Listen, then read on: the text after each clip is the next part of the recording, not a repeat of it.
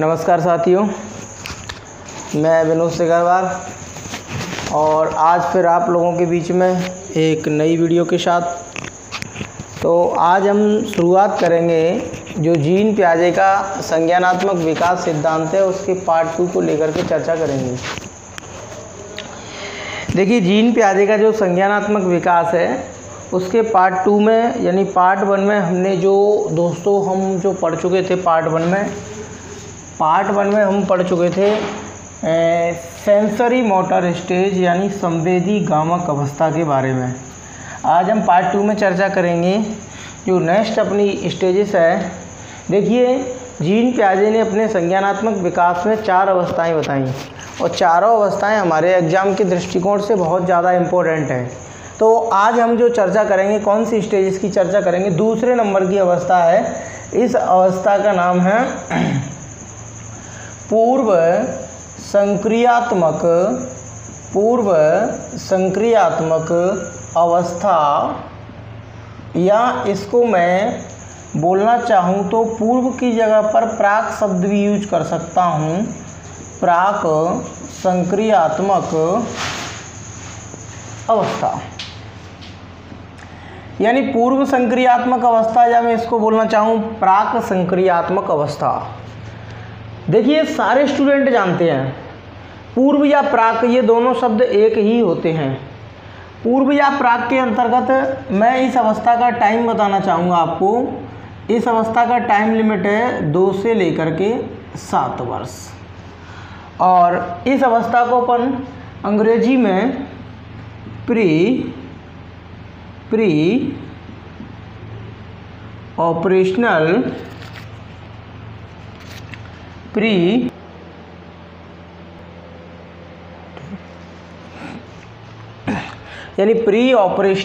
Stage, पूर्व या प्राक संक्रियात्मक अवस्था। देखिए दोस्तों, मैं आपको बताना चाहूँ कि पूर्व संक्रियात्मक ये अवस्था है संक्रिया से पहले की। संक्रिया का मतलब ये है, एक तरीके से संक्रियात्मक किसे कहते हैं, तार्किकता को बोलते हैं। व्यक्ति के अंदर जो तार्किकता होती है उसको बोलते हैं संक्रिया। संक्रिया यानी ऑपरेशनल, एक तरीके से सोच समझ करके पूरी तरीके से किसी वस्तु के बारे में सोचना या समझना। देखिए, पूर्व संक्रियात्मक अवस्था, इस अवस्था की सबसे बड़ी विशेषता ये है, सबसे बड़ी विशेषता क्या है कि इस अवस्था में बच्चे के अंदर एक तो संप्रत्यय का विकास हो जाता है, यानी संप्रत्यय विकास यानी कॉन्सेप्ट डेवलपमेंट। सीधी सी बात है, अगर आपसे कभी भी परीक्षा में पूछा जाता है कि जीन पियाजे के संज्ञानात्मक विकास सिद्धांत के अनुसार वह कौन सी अवस्था है जिसमें बालक के संप्रत्यय का विकास होने लगता है, प्रारंभ हो जाता है, तो बालक के संप्रत्यय का जो विकास प्रारंभ होता है वो प्री ऑपरेशनल स्टेज में बच्चे के संप्रत्यय का विकास प्रारंभ हो जाता है दोस्तों, यानी संप्रत्यय का विकास। और मैं देखिए आप लोगों को बता दूं कि जो बच्चे के अंदर पियाजे के सिद्धांत के अनुसार देखा जाए, जो लैंग्वेज डेवलपमेंट होता है, जो भाषा का विकास होता है, यानी भाषा का विकास भी इसी अवस्था से प्रारंभ होता है। ये तो देखो नॉर्मली विशेषताएं हैं भाषा का विकास, क्योंकि वाइगोत्स्की मानता है कि बच्चे के अंदर जो भाषा विकसित होती है वो प्राइवेट स्पीच और इनर स्पीच इनके द्वारा विकसित होती है। पियाजे मानता है बच्चे के अंदर जो लैंग्वेज का डेवलपमेंट होता है वो ईगो सेंट्रिक स्पीच के द्वारा होता है, इसलिए पियाजे भाषा का विकास इसी अवस्था से मानता है। देखिए, ये तो अवस्था से संबंधित सामान्य सी बातें थीं, संप्रत्यय का विकास, लैंग्वेज डेवलपमेंट, भाषा का विकास।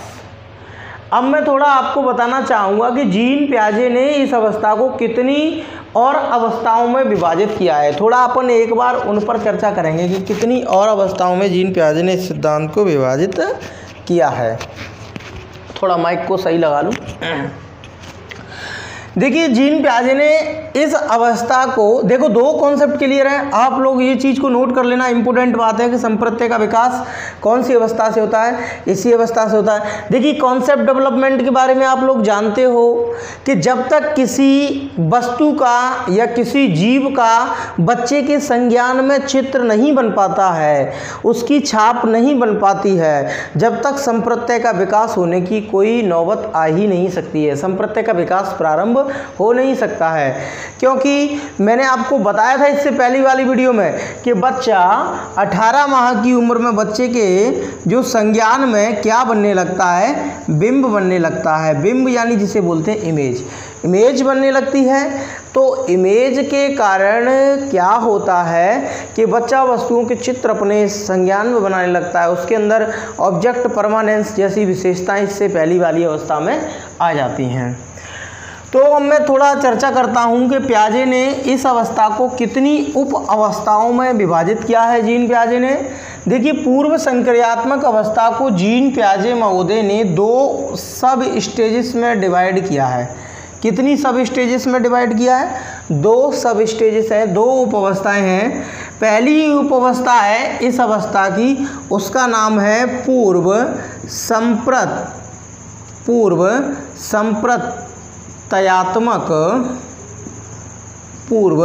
संप्रत्ययात्मक काल। दूसरी उप अवस्था है जिसका नाम है अंतःदर्शी काल। पहली है पूर्व संप्रत्ययात्मक काल, दूसरी है अंतःदर्शी काल।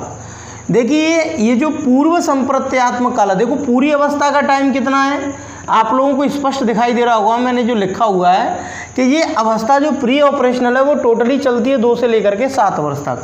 पर लेकिन इस अवस्था को डिवाइडेशन के आधार पर देखें तो 2 भागों में विभाजित है। पहली है पूर्व संप्रत्ययात्मक काल और दूसरी है दोस्तों अंतःदर्शी काल। देखो पूर्व संप्रत्ययात्मक काल है, इसको अपन बोलते हैं प्री, देखो संप्रत्ययात्मक क्या हो गया, कॉन्सेप्चुअल, प्री कॉन्सेप्चुअल पीरियड, और जो दूसरी है इसको अपन बोलते हैं इंटूटिव पीरियड। देखिए इस अवस्था को इंटूटिव पीरियड यानी सीधी सी बात है, पहला है पूर्व संप्रत्ययात्मक काल और दूसरा है अंतःदर्शी काल। जो पूर्व संप्रत्ययात्मक काल है ये चलता है 2 से लेकर के 4 वर्ष तक, और जो इंटूटिव पीरियड है या इसको अंतःप्रज्ञा काल बोलते हैं, ये चलता है अपना 4 से लेकर के 7 वर्ष तक। यानी हम टोटली 7 वर्ष तक आ चुके हैं। यानी ये चलता है 2 to 4 ईयर्स और ये चलता है 4 to 7 ईयर्स, यानी प्री कॉन्सेप्चुअल पीरियड और दूसरा है इंटूटिव पीरियड। प्री कॉन्सेप्चुअल और इंटूटिव। अब दोस्त हम यहाँ तक आ चुके हैं, मैंने आपको 2-3 बातें बता दी इस अवस्था के अंतर्गत। पहली बात बता दी कि संप्रत्यय का विकास, दूसरी बात भाषा का विकास मोटे तौर पर, और प्याजे ने इस अवस्था को 2 उप अवस्थाओं में विभाजित किया, पूर्व संप्रत्ययात्मक काल और दूसरा है अंतःदर्शी काल। अब दोस्तों मैं आप लोगों को पढ़ाना चाहूँगा पूर्व संप्रत्ययात्मक काल के बारे में। मैं अंतःदर्शी काल के बारे में बाद में चर्चा करूंगा। अभी मैं जो अब आगे की जो बातें बताऊंगा ना, वो केवल मेरी बातें पूर्व संप्रत्ययात्मक काल से रिलेटेड होंगी, ना कि इंटूटिव पीरियड। यानी प्री कॉन्सेप्चुअल पीरियड के बारे में बताऊंगा, ना कि मैं इंटूटिव पीरियड के बारे में इससे आगे की बातें बताऊंगा। तो थोड़ा ध्यानपूर्वक सुने। मैं अब आपको जीन प्याजे के सिद्धांत की दूसरी अवस्था है, उसकी पहली उप अवस्था जिसका नाम है प्री कॉन्सेप्चुअल पीरियड के बारे में आपको चर्चा करूंगा। तो थोड़ा 1 सेकेंड में इसको हटा देता हूं ऊपर से और यहाँ प्री कॉन्सेप्चुअल पीरियड के बारे में बताना चाहूँगा। देखो तो प्री कॉन्सेप्चुअल जो पीरियड है इसके अंतर्गत क्या क्या चीज़ें आती हैं, तो थोड़ा इसकी विशेषताओं को देख लेता हूँ मैं। प्री कॉन्सेप्चुअल, देखो जो प्री कॉन्सेप्चुअल है ना, यानी इसके बारे में आप लोग जानते हैं 2 to 4 ईयर्स है ये, 2 to 4 ईयर्स यानी 2 से लेकर के 4 वर्ष तक जो पूर्व संप्रत्ययात्मक काल है। अब मैं आपको बताऊं सबसे इम्पोर्टेंट बात, सबसे महत्वपूर्ण विशेषता पूर्व संप्रत्ययात्मक काल की। पहला नंबर 1 बिना पूछे, पहला नंबर 1 माइंड में सेव करेंगे, ये जरूरी नहीं है कि आपने सोचा कि विनोद सर यूट्यूब पे पढ़ा रहे हैं तो ऑनलाइन आप लोगों को मार्गदर्शन दे रहे हैं तो आप ऑनलाइन की तरह वीडियो को इग्नोर कर जाओ। बस मैं एक बात और ज़रूर कहना चाहूँगा, अगर तुम लोगों को हमारी वीडियो पसंद आती है या अच्छा लगता है कि भाई हम आप लोगों को जो चीज़ बताना चाह रहे हैं वो आप लोगों तक पहुंच पा रही है, हमारा प्रयास आप लोगों तक सक्सेस है, तो हमारे वीडियो को लाइक करें और हमारे चैनल को सब्सक्राइब करें और अधिक से अधिक दोस्तों तक शेयर करें, जिससे कि सभी का फ़ायदा हो सके। और अब मैं चर्चा करता हूँ पूर्व संप्रत्यात्मक काल में। सबसे पहली विशेषता है पूर्व संप्रत्यात्मक काल में कि इस अवस्था में बच्चे के अंदर जो चिंतन देखो आ गया, चिंतन का विकास इससे पहली अवस्था में हो गया था 1.5 साल पे।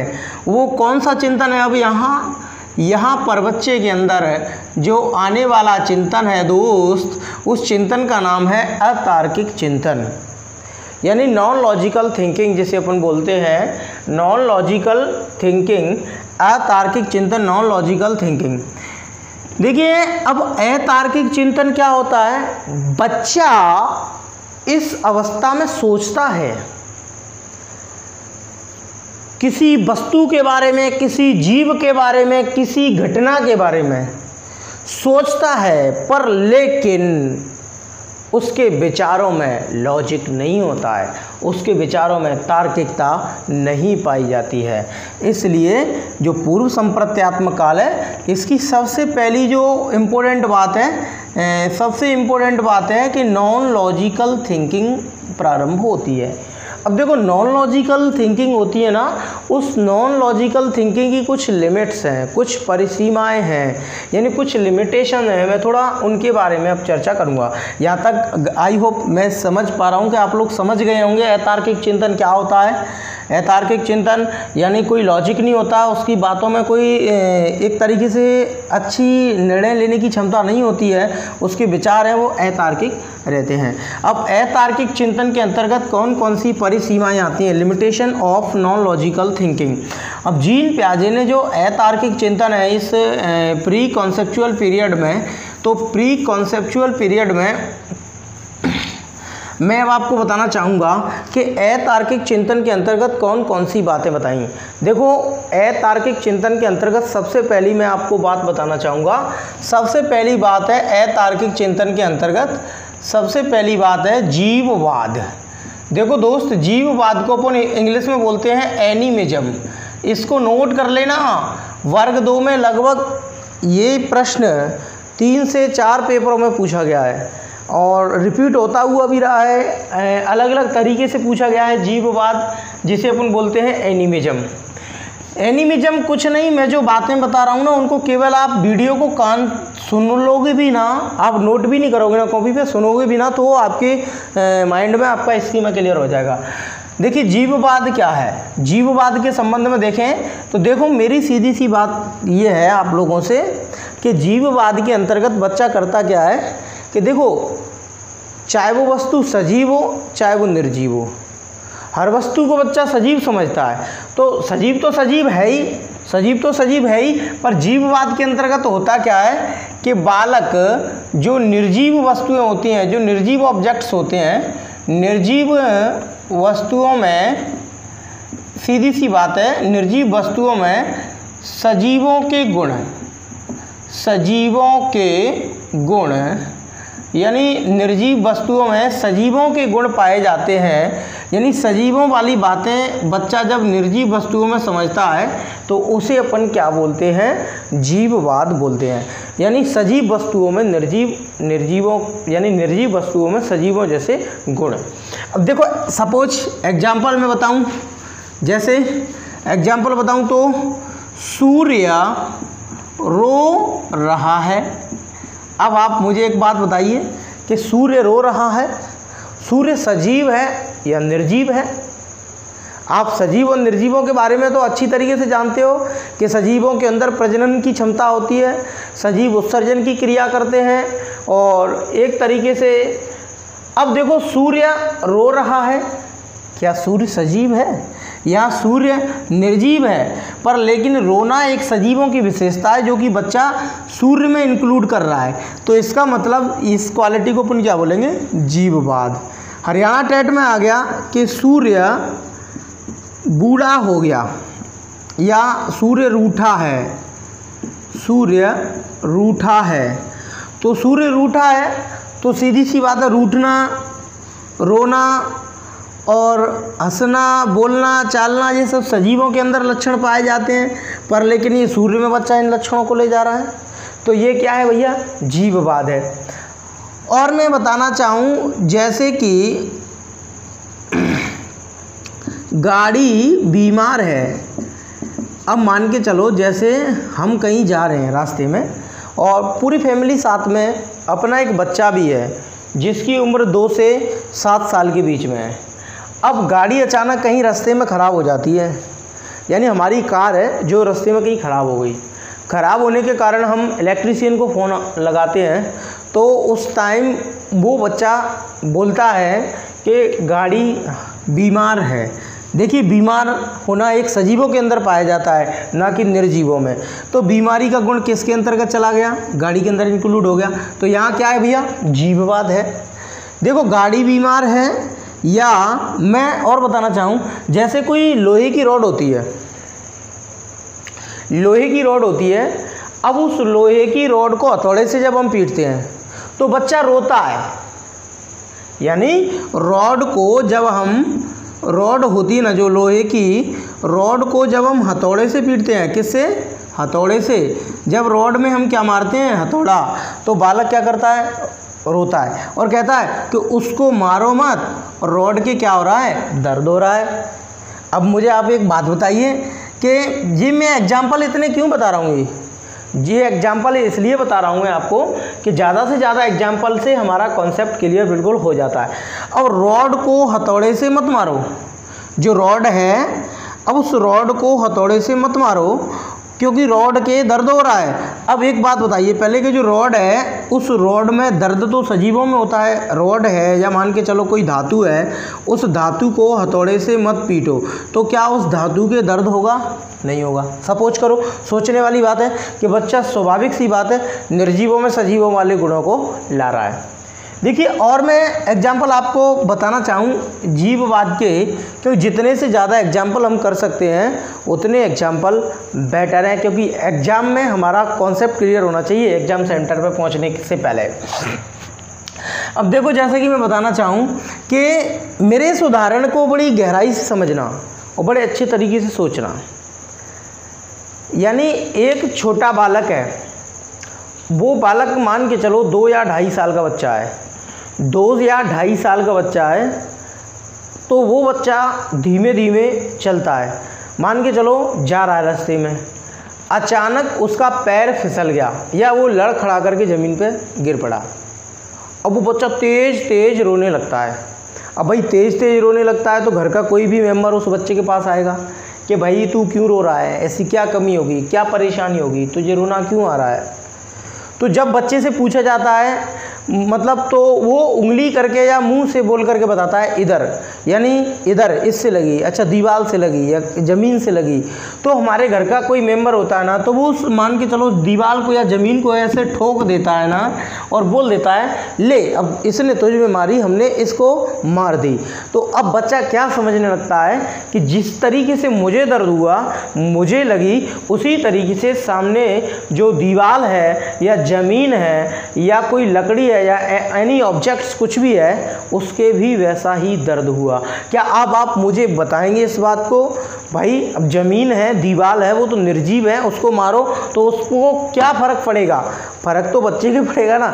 पर लेकिन बच्चे की एक ऐसी मेंटेलिटी होती है, ऐसा क्यों होता है बच्चे के अंदर, क्योंकि बच्चे में क्या पाया जाता है, जीववाद पाया जाता है, एनिमिज्म। आई होप दोस्तों मैं समझ रहा हूँ, जैसा कि आपको जीववाद का कॉन्सेप्ट बिल्कुल क्लियर हो गया होगा। बस आपसे एक ही रिक्वेस्ट है, वीडियो को शुरू से लेकर एंड तक जरूर देखना। इस वीडियो में बहुत कुछ आपको सीखने के लिए मिलेगा।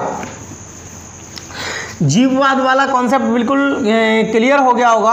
अब मैं आपको, देखो सीधी सी बात है, मैंने आपको पहले ही बता दिया था वन लाइन में कि इस अवस्था की पहली उपावस्था है प्री कॉन्सेप्चुअल पीरियड 2 से लेकर 4 वर्ष, उसमें अतार्किक चिंतन पाया जाता है। अतार्किक चिंतन की कुछ सीमाएं हैं। पहली सीमा थी जीववाद, अब दूसरी सीमा की बात कर रहा हूँ, दूसरी लिमिटेशन है। उस लिमिटेशन में दूसरा है जिसका नाम है आत्म केंद्रिता। आत्म केंद्रिता यानी आत्म केंद्रिता जिसे बोलते हैं दोस्त अपन ईगो सेंट्रिज्म।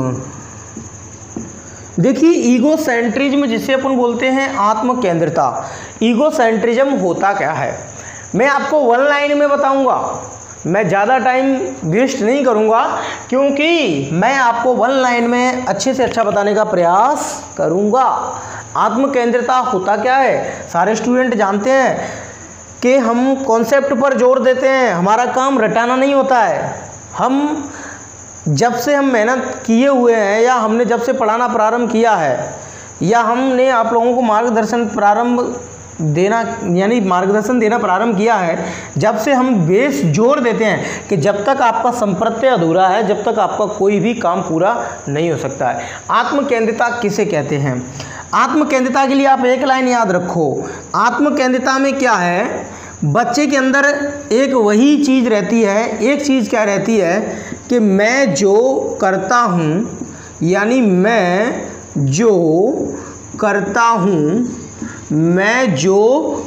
हूँ या मैं इस तरीके से कहूँ, या मैं जो सोचता हूँ, मैं जो करता हूँ या मैं जो सोचता हूँ वही सत्य है या वही सही है।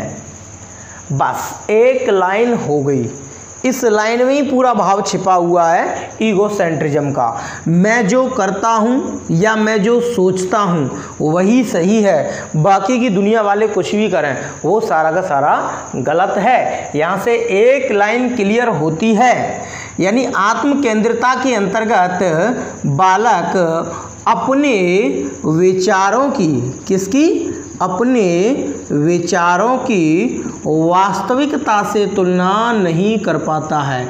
वास्तविकता या यथार्थ दुनिया की सच्चाई क्या है, वास्तविकता से तुलना नहीं कर पाता है, वास्तविकता से तुलना नहीं कर पाता है। अब मैं इसके एग्जाम्पल आप लोगों को दूंगा, आप केवल एग्जाम्पलों को सुनना, ध्यान से समझना कि एग्जाम्पल्स क्या हैं। यानी अपने विचारों की वास्तविकता से तुलना नहीं कर पाता है। जैसे सपोज करें वर्ग 2 में एमपी टेट में क्वेश्चन आए हुए थे, जीववाद और एनिमिज्म ईगो सेंट्रिज्म दोनों से बहुत क्वेश्चन पूछे गए थे। एक क्वेश्चन आया था कि नाइब के, जैसे एक लड़का है जिसका नाम है नाइब, वर्ग 2 में क्वेश्चन पूछा गया था नाइब। अब नाइब के जो फादर हैं और नाइब के जो अंकल हैं, यानी फादर और अंकल, तो नाइब के फादर की लंबाई है 4 फीट, नाइब के फादर की लंबाई है 4 फीट और नाइब के अंकल की लंबाई है 5 फीट। पर लेकिन नाइब कहता है कि मेरे अंकल से मेरे फादर बड़े हैं, यानी उनकी लंबाई ज़्यादा है। अब देखो दुनिया की सच्चाई किस चीज़ में है, अंकल की लंबाई ज़्यादा है तो लंबाई के आधार पर उनके पिताजी से उनके अंकल बड़े हैं। पर लेकिन नाइब क्या कह रहा है कि मेरे पिताजी मेरे चाचा से बड़े हैं, जबकि पिताजी की लंबाई 4 फीट है। जो 4 फीट वाला कभी 5 फीट वाले से बड़ा हो सकता है क्या गाइस? हो सकता है क्या? नहीं हो सकता ना। तो बस एक ही बात मुट्ठी में बांध के रख लो कि यहाँ पर दुनिया की समस्त झूठी बातों को बच्चा सच्चा समझता है, इसे अपन बोलते हैं ईगो सेंट्रिज्म। और मैं दूसरा उदाहरण जैसे कि देना चाहूँ, आई होप जैसा समझ रहा हूँ कि आप लोगों को आ गया होगा समझ में, मैं सोच रहा हूँ ऐसा। अब देखो दूसरा एग्जाम्पल आपको बताना चाहूँ ईगो सेंट्रिज्म का। जैसे मान के चलो एक बालक है, छोटा सा बच्चा है। अब एक छोटा सा बच्चा है, अब वो मोबाइल में गेम खेल रहा है, अचानक अंकल का फ़ोन आता है, पिताजी के दोस्त का फ़ोन आता है। अब उसने फ़ोन को उठाया। फ़ोन को उठाने के बाद वो उधर से बोल रहे हैं बेटा पापा हैं घर पे। तो वो फ़ोन को कान पे लगा के इस तरीके से कर रहा है। अब इसका मतलब क्या हुआ, बच्चा ने ये सोचा कि मैं कर रहा हूँ वो सही है। बच्चे को भी दुनिया की अपने विचारों की वास्तविकता से तुलना नहीं कर पा रहा है।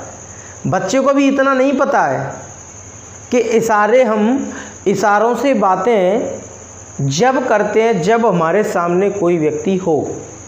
जब कोई व्यक्ति हमारे सामने नहीं होता है तो हम इशारों से बातें नहीं कर सकते हैं। पर लेकिन बच्चा उस टेलीफोन पर या उस मोबाइल फ़ोन पर वो बच्चा इशारों से बातें कर रहा है।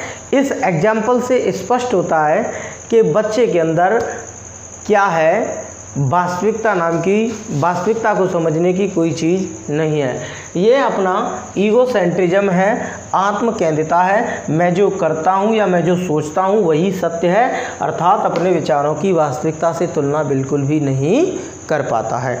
यानी बच्चा, या एक तरीके से और एग्जाम्पल मैं दूँ, 2 एग्जाम्पल दे दी, तीसरा एग्जाम्पल दे दूँ।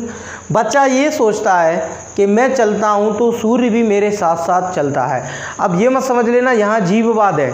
यहाँ बच्चा क्या है, वास्तविकता को नहीं समझ पा रहा है कि मैं चल रहा हूँ तो मेरे साथ साथ सूर्य चल रहा है। मेरे कहने पर दिन रात होती हैं, यानी मैं कहता हूँ तो दिन रात होती है। मेरे कहने पर तारे टिमटिमाते हैं। ये इस तरीके के जो विचार होते हैं बच्चे में, वो आत्मकेंद्रिता यानी ईगोसेंट्रिज्म के द्वारा आते हैं। आप लोगों को समझ में आ गया होगा। इसके बाद अतार्किक चिंतन की कुछ और परिसीमाएं मैं आपको बताना चाहूँगा और कुछ लिमिट बताना चाहूँगा अतार्किक चिंतन में और क्या क्या आता है। देखिए, अतार्किक चिंतन में तीसरी बात है अपलावटी।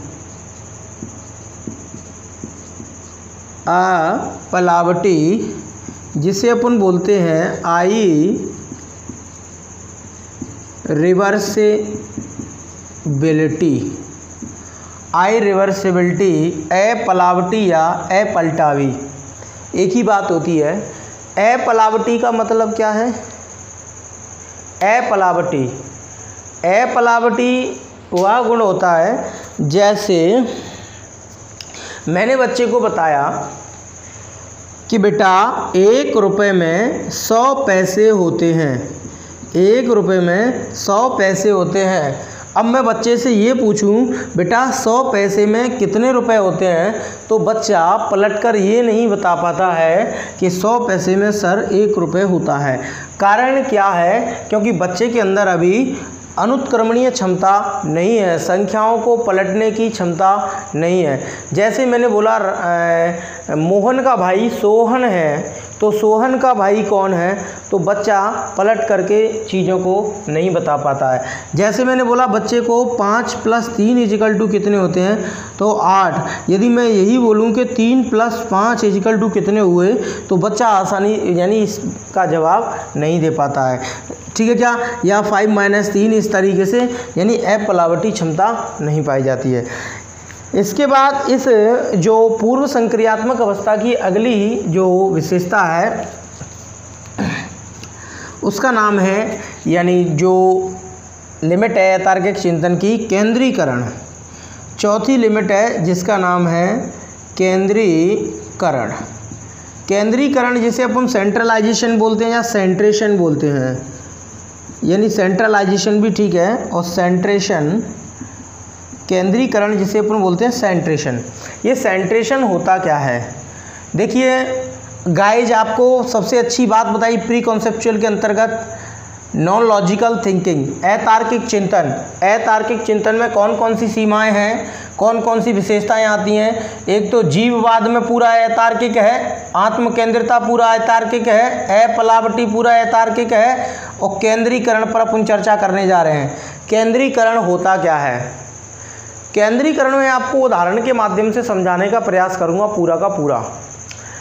देखिए, जो अपना सेंट्रेशन है, सेंट्रेशन का मतलब है, जैसे कि बच्चे को मैंने बोला कि बच्चे को बोला कि आपको ये 5 चीज़ें हैं, इन 5 चीज़ों में से जैसे कि मैंने 5 किताबें दे दी और बच्चे से बोला कि 5 किताबों को आप पढ़ो। अब बच्चा क्या है कि 5 किताबों को पढ़ता है, पर लेकिन 5 किताबों में से किसी एक किताब के भाव के अर्थ को अच्छी तरीके से समझ पाता है, बाकी की किताबों के भाव को बच्चा अच्छी तरीके से नहीं समझ पाता है। कारण क्या है? क्योंकि किसी समस्या के दिए जाने पर वो उसके संपूर्ण भागों के बारे में नहीं सोच पाता है, वो केवल किसी एक भाग के बारे में ही सोच पाता है। उसको अपन बोलते हैं केंद्रीकरण यानी सेंट्रेशन या सेंट्रलाइजेशन। देखिए ये अपना हो गया अपना प्री कॉन्सेप्चुअल पीरियड। अब इसी पूर्व संक्रियात्मक अवस्था की दूसरी उप अवस्था है जिसका अपना नाम क्या है? उस दूसरी उप अवस्था का नाम है अंतःदर्शी काल, यानी इसकी दूसरी उप अवस्था थी, उस दूसरी उप अवस्था का नाम है अंतःदर्शी काल। अंतःदर्शी काल यानी इंटूटिव पीरियड। अंतःदर्शी काल इंटूटिव पीरियड यानी अपना 4 से लेकर के 7 वर्ष यानी 4 to 7 ईयर्स। यानी अंतःदर्शी काल के अंतर्गत अपन देखना चाहें तो अंतःदर्शी काल में क्या होता है? देखो अंतःदर्शी काल के अंतर्गत बता दूं मैं, जैसे अपना जोड़ना है, घटाना है, गुणा करना है, भाग करना है, ये सारी चीज़ें जोड़ना, घटाना, गुणा, भाग इनको करने लगता है, पर लेकिन इनका बच्चा सीक्वेंस नहीं जानता है। यानी बच्चों में जोड़, गुणा, घटाना, भाग करने की क्षमता अंतःदर्शी काल में आ जाती है, पर लेकिन इनकी क्रमबद्धता बच्चे के अंदर नहीं आती है। क्रमबद्धता मतलब सीक्वेंसली नहीं कर पाता है। जैसे मैं बोडोमॉस रूल की बात करूं तो यहाँ पर बच्चा बोडोमॉस रूल को लागू नहीं कर पाएगा क्योंकि बच्चे के अंदर अभी इतनी समझदारी नाम की चीज़ नहीं है। सपोज जैसे दोस्तों मैं सोच रहा हूँ कि आप लोगों को समझ में आ गया होगा ये अंतःदर्शी काल भी। अब मैं चर्चा करता हूँ जीन पियाजे के संज्ञानात्मक विकास की 3rd स्टेज की। देखिए 3rd स्टेज है जिसका नाम है कंक्रीट ऑपरेशनल स्टेज या मूर्त संक्रियात्मक अवस्था। देखिए तीसरी अवस्था है जिसका नाम है मूर्त संक्रियात्मक अवस्था। देखिए मूर्त संक्रियात्मक अवस्था, इसका नाम मैं बताना चाहूँ तो ठोस संक्रियात्मक अवस्था भी है। इसका नाम मैं बताना चाहूँ तो यानी मूर्त बोलूँ या मैं ठोस संक्रियात्मक, और इसका नाम बताना चाहूँ तो मैं इसको अपन वैचारिक क्रिया की अवस्था भी कहते हैं। इसको अपन स्थूल संक्रियात्मक अवस्था भी कहते हैं। देखो वैचारिक क्रिया की अवस्था है। देखो कुछ क्वेश्चन ऐसे होते हैं, देखो मुझे ध्यान आ गया तो मैं बता देता हूँ। जैसे आपसे कभी भी बाल विकास के अंतर्गत पूछा जाए खिलौनों की आयु है, देखो खिलौनों की आयु पूछी जाए तो खिलौनों की आयु अपनी होती है शैशवावस्था।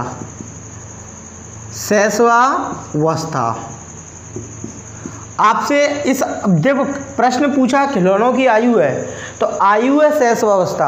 अब आयु की जगह उसने काल शब्द जोड़ दिया, खिलौनों का काल है तो खिलौनों का काल होता है लगभग पूर्व बाल्यावस्था। तो काल शब्द पूछा जाए तो पूर्व बाल्यावस्था। अब जैसे ही मैं अब आपको बताना चाहूँगा, आपसे कभी भी पूछा जाता है कि वैचारिक क्रिया की अवस्था है। देखो वैचारिक क्रिया की अवस्था है, आपसे ऑप्शन ए दे दिया उसने इन्फेंसी एज, ऑप्शन बी दे दिया यानी शैशवावस्था, ऑप्शन बी दे दिया चाइल्डहुड एज, ऑप्शन उसने सी दे दिया एडोलसेंस एज, ऑप्शन डी दे दिया इनमें से कोई नहीं है ये सभी। तो अब आपको वैचारिक क्रिया की अवस्था में कौन सा ऑप्शन चुनना होगा? आप जानते हो कि हम बाल्यावस्था चुनेंगे। अब इसी बाल्यावस्था के उसने ऑप्शन 2 बना दिए यानी पूर्व बाल्यावस्था, ठीक है क्या, पूर्व बाल्यावस्था और उत्तर बाल्यावस्था। तो यहाँ पर फिर हम वैचारिक क्रिया में कौन सा लगाएंगे?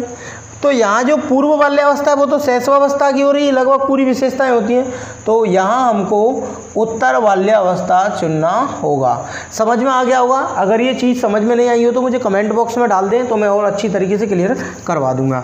ये सारी चीज़ें जो MCQ जब मैं कराऊंगा CDP के MCQ, तो उस MCQ में सारे कॉन्सेप्ट आपके क्लियर कराऊंगा। अभी MCQ का टाइम नहीं है, अभी थोड़ा मैं सिलेबस को करा रहा हूँ। तो इस अवस्था की जो टाइम ड्यूरेशन है 7 से लेकर के 11 वर्ष, 7 to 11 ईयर्स। देखिए बहुत अच्छी अवस्था है, 7 to 11 ईयर्स।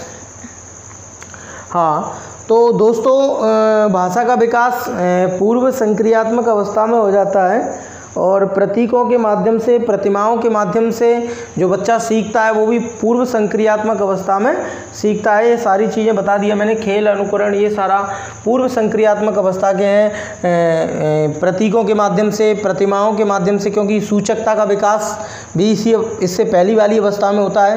प्रतीकों के माध्यम से भी बच्चा इससे पहली वाली अवस्था में होता है, यानी स्वनिर्मित भाषा भी बच्चे की इससे पहली वाली अवस्था में होती है।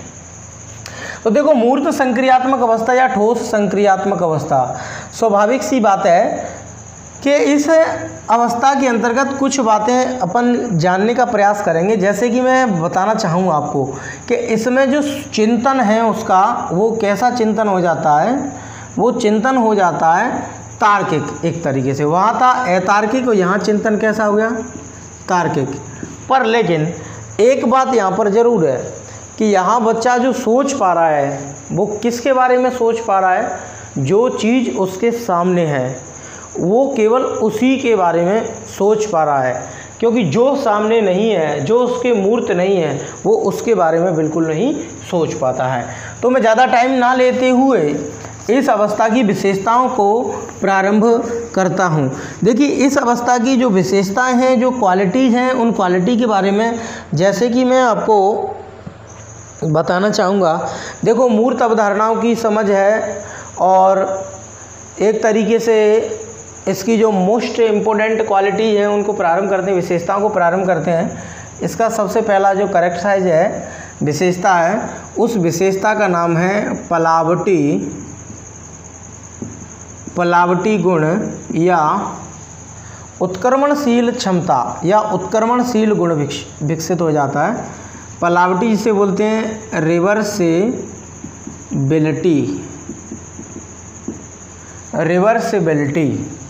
देखिए पलावटी गुण यानी रिवर्सिबिलिटी क्या होती है। देखो रिवर्सिबिलिटी के बारे में अपन लोग जानने का प्रयास करें। रिवर्सिबिलिटी यानी जिसे अपन पलावटी बोलते हैं। देखिए रिवर्सिबिलिटी इससे पहले था अपलावटी, इससे पहली वाली अवस्था में। अब यहाँ आ गया पलावटी। अब पलावटी से आप लोग स्पष्ट रूप से समझ लेना कि पलावटी का मतलब यहाँ पर क्या है। पलावटी का मतलब जैसे मैंने बच्चे से बोला कि 1 रुपये में 100 पैसे होते हैं, तो 100 पैसे में कितने रुपए होंगे, तो बच्चे का तुरंत जवाब आता है सर 1 रुपये। मैंने बोला जैसे कि राम का भाई श्याम है, तो श्याम का भाई कौन होगा, तो बच्चे का तुरंत जवाब आता है राम। यानी यहाँ बच्चा क्या है, जो उसके स्कीमा में जो ऑब्जेक्ट्स होते हैं, जो वस्तुओं के प्लेस होते हैं, उनको पलटने लगता है। जैसे मैंने बोला बच्चे को कि 5 + 3 = कितने होते हैं, 8। बच्चे को ये भी पूछा जाए 3 + 5 = तो बच्चा कहता है 8। या मैं बोलूँ 5 + 3 = कितने हो गए, 8। मैंने बोला कि 5 - 3 = कितने हो गए, तो बच्चे का जवाब आता है 2। यानी कहने का मतलब है वो उलटना पलटना सीख जाता है। ठीक है क्या। तो ये अपना गुण होता है पलावटी। अब सबसे बड़ी बात ये है कि अब मैं आपको, पलावटी तो है, अब मैं दूसरा गुण आपको बताना चाहूँगा। इस अवस्था में दूसरा गुण है पलावटी के बाद इस अवस्था मूर्त संक्रियात्मक अवस्था का ही गुण है। पहला था पलावटी और दूसरा इसकी विशेषता क्या है या गुण मैं बताना चाहूँ। दूसरा है विकेंद्रण। विकेंद्रण जिसे अपन डिसेंट्रलाइजेशन बोलते हैं, डायमेंशन भी बोलते हैं, इसको अपन डिसेंट्रलाइजेशन या फिर डायमेंशन भी बोलते हैं। विकेंद्रण दोस्त विकेंद्रण क्या होता है, विकेंद्रण किसे कहते हैं? विकेंद्रण अपन उसे बोलते हैं विमाओं का ज्ञान। विमाओं का ज्ञान क्या कहलाता है? विकेंद्रण कहलाता है, विमाओं का ज्ञान। विमाओं में क्या है?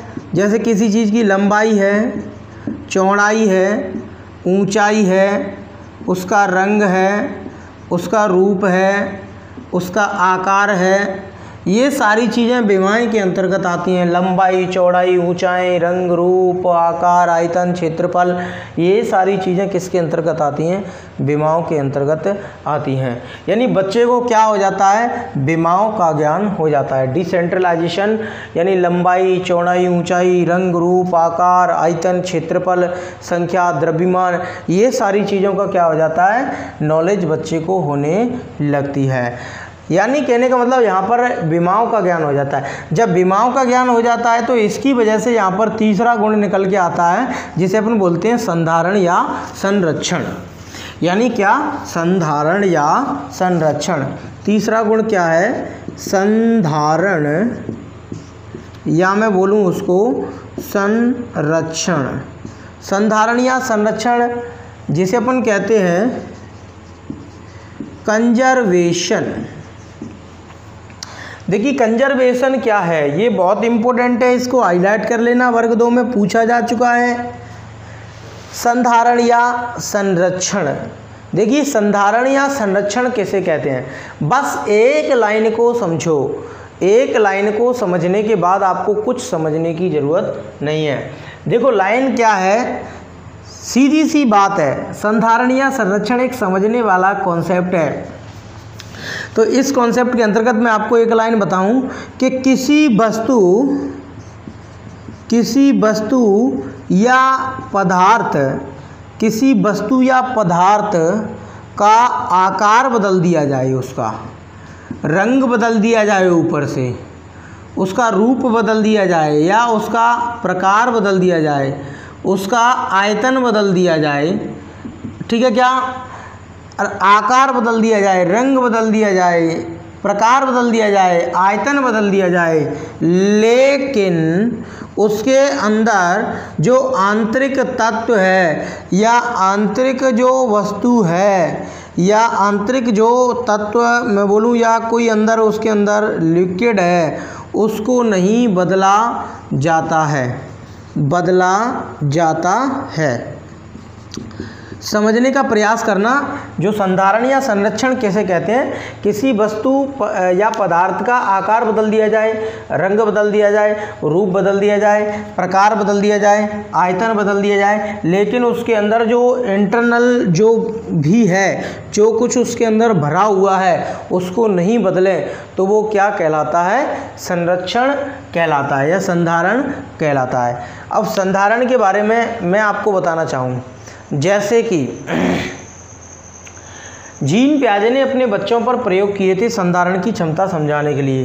संधारण की क्षमता समझाने के लिए जीन पियाजे ने क्या किया कि एक ट्रे ली, तो उस यानी एक कांच का बीकर लिया, उस कांच के एक इस प्रकार की आकृति थी, उसमें क्या किया पियाजे जी ने 5 टॉफ़ी ली, अपने बच्चों के लिए 5 टॉफ़ी ली। एक तो इस तरीके का पात्र था और एक लंबाई वाला इस तरीके का पात्र था। तो पियाजे ने 5 टॉफ़ी ली, ये 5 टॉफ़ी इसमें इस तरीके से रख दी और इसमें इस तरीके से रख दी। अब एक बात समझना, देखो ये जो धातु थी या ये जो वस्तु थी जिसमें टॉफ़ी रखी हुई है, इस ऑब्जेक्ट में भी 5 टॉफ़ी है, इसमें भी 5 टॉफ़ी है, उसके अंदर का आंतरिक तत्व समान है, टॉफ़ियों की संख्या 5 ही है, पर लेकिन बाहरी आकार उसका बदल दिया।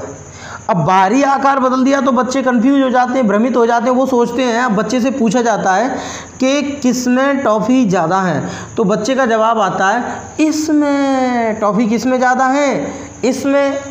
अब भाई टॉफ़ी इसमें ज़्यादा है तो अब एक बात समझिए, पहले टॉफ़ी तो बराबर है, पर लेकिन ऐसा क्यों कर रहा था बच्चा? क्योंकि बच्चे के अंदर संधारण या संरक्षण की क्षमता विकसित नहीं हुई थी।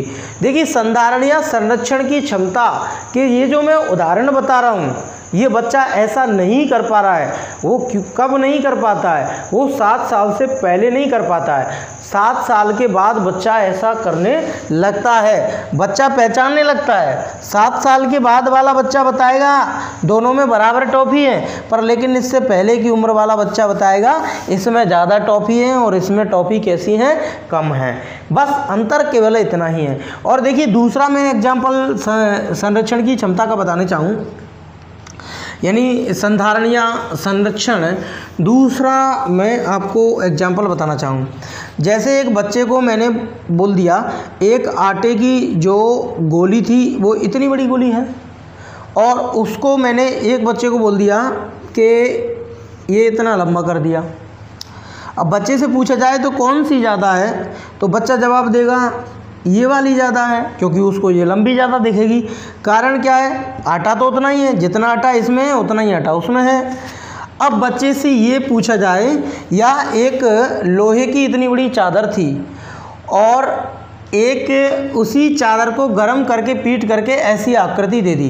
एक लोहे की इतनी धातु थी गोल गोल, यानी गोलीय धातु थी, वो धातु एक ये थी और उसको पीट करके ऐसा बना दिया गया।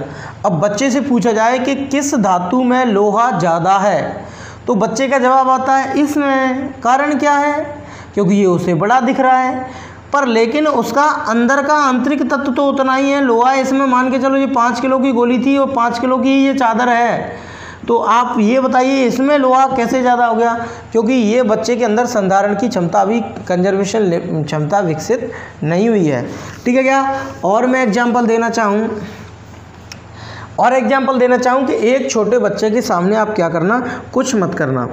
आप ऐसा करना कि एक तो इतना बड़ा गिलास लेना, अब उसमें जैसे आप जो भी है पानी, वाटर है या मिल्क है, जो भी है वो भरते हो। मान के चलो इसमें आपने ले लिया 250 ml मिल्क, यानी 250 ml आपने क्या ले लिया, इसमें मिल्क ले लिया। और एक गिलास है वो उसका जो चौड़ाई है वो क्या है, कम है। अब 250 ml मिल्क आप इसमें भी डाल दीजिए। तो अब 250 ml मिल्क में ये गिलास था जो कि आधा था, अब इसमें भी 250 ml मिल्क है। अब 2 भाई हैं, अब एक भाई की उम्र है मान के चलो 9 साल, एक 9 वर्ष का भाई है, एक बच्चा 9 वर्ष का है और एक बच्चा 3 वर्ष का है, या मैं मानूँ सपोज 4 वर्ष का बच्चा है। अब दोनों बच्चों से बोला जाए, अब 4 वर्ष वाले बच्चे को दोनों में से ये वाला गिलास देंगे, तो बच्चा स्वाभाविक सी बात है इस गिलास को लेने से स्पष्ट मना कर देगा। क्यों मना कर देगा? क्योंकि वो बोलेगा कि दूध इसमें ज़्यादा है, जबकि दूध तो दोनों गिलासों में बराबर है, पर लेकिन दोनों के आकार में, आयतन में, वॉल्यूम उसमें अंतर है, लेकिन उसके अंदर वाला तत्व कैसा है, एक समान है। 4 वर्ष वाला किस गिलास को चुनेगा, इस गिलास को चुनेगा। पर लेकिन अब एक 9 वर्ष वाला बच्चा है, वो किस गिलास को चुनेगा? वो जानता है कि ये तो नंबर 1 का उल्लू है, छोटा, ये छोटा भाई तो नंबर 1 का उल्लू है, क्योंकि दोनों में मिल्क तो माने बराबर दिया है। ऐसा क्यों नहीं कर पाता है बच्चा, ये वाला बच्चा ऐसी गलती क्यों कर रहा है? क्योंकि उसके अंदर अभी कंजर्वेशन की क्षमता विकसित नहीं हुई है। ठीक है क्या? कंजर्वेशन बता दिया, विकेंद्रण बता दिया मैंने आप लोगों को, और मैं आगे की और विशेषताएं लेकर के चलता हूं। जैसे कि कुछ विशेषताएं हैं, मूर्त वस्तुओं के बारे में बच्चा इस अवस्था में तार्किक रूप से सोचने लगता है, यानी विकेंद्रण हो गया। मूर्त संक्रियात्मक अवस्था में क्या होता है कि जो मूर्त वस्तुएं होती हैं इसमें तार्किक रूप से सोचने लगता है। अगली विशेषता क्या है कि बच्चा इसमें क्या करने लगता है कि जो आत्म केंद्रिता होती है उस आत्म केंद्रिता को क्या करने लगता है, त्यागना, यानी उसको त्यागने लगता है, उसको छोड़ने लगता है। वेविंग ऑफ ईगोसेंट्रिज्म, यानी सीधी सी बात है, जो आत्मकेंद्रिता है, आत्मकेंद्रिता का मतलब यह है कि बच्चा इससे पहली वाली स्टेजेस में ये समझता था कि मैं जो करता हूँ, मैं जो सोचता हूँ वही सही होता है, अपने विचारों की वास्तविकता से तुलना नहीं कर पाता था। पर लेकिन इस अवस्था में आकर के बच्चा इस भावना को भूल जाता है और वो ये सोचता है कि मैं जो करता हूँ, मैं जो सोचता हूँ वह गलत भी हो सकता है। वो कैसा हो सकता है? गलत भी हो सकता है। यानी आत्मकेंद्रिता को क्या है, बालक की इस अवस्था में क्या करने लगता है? छोड़ने लगता है। और विशेषता में इस अवस्था की बताना चाहूँ आपको, आत्मकेंद्रिता के अलावा जैसे आगमनात्मक तर्कना, आगमनात्मक इम्पोर्टेंट है ये, आगमनात्मक तर्कना, इंडक्टिव रीजनिंग, जिसको अपन बोलते हैं इंडक्टिव रीजनिंग।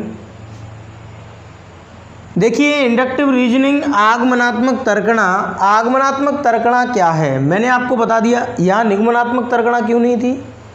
यहाँ निगमनात्मक तर्कना इसलिए नहीं है, निगमन में डायरेक्ट नियम से उदाहरण की ओर चलते हैं, आगमन में उदाहरण से नियम की ओर चलते हैं। और यहाँ बच्चा क्या है कि जो मूर्त वस्तु है, जो उसके सामने प्रत्यक्ष है, उसके बारे में ही तर्क कर पाएगा, जो उसके सामने नहीं है वो तर्क नहीं कर पाएगा।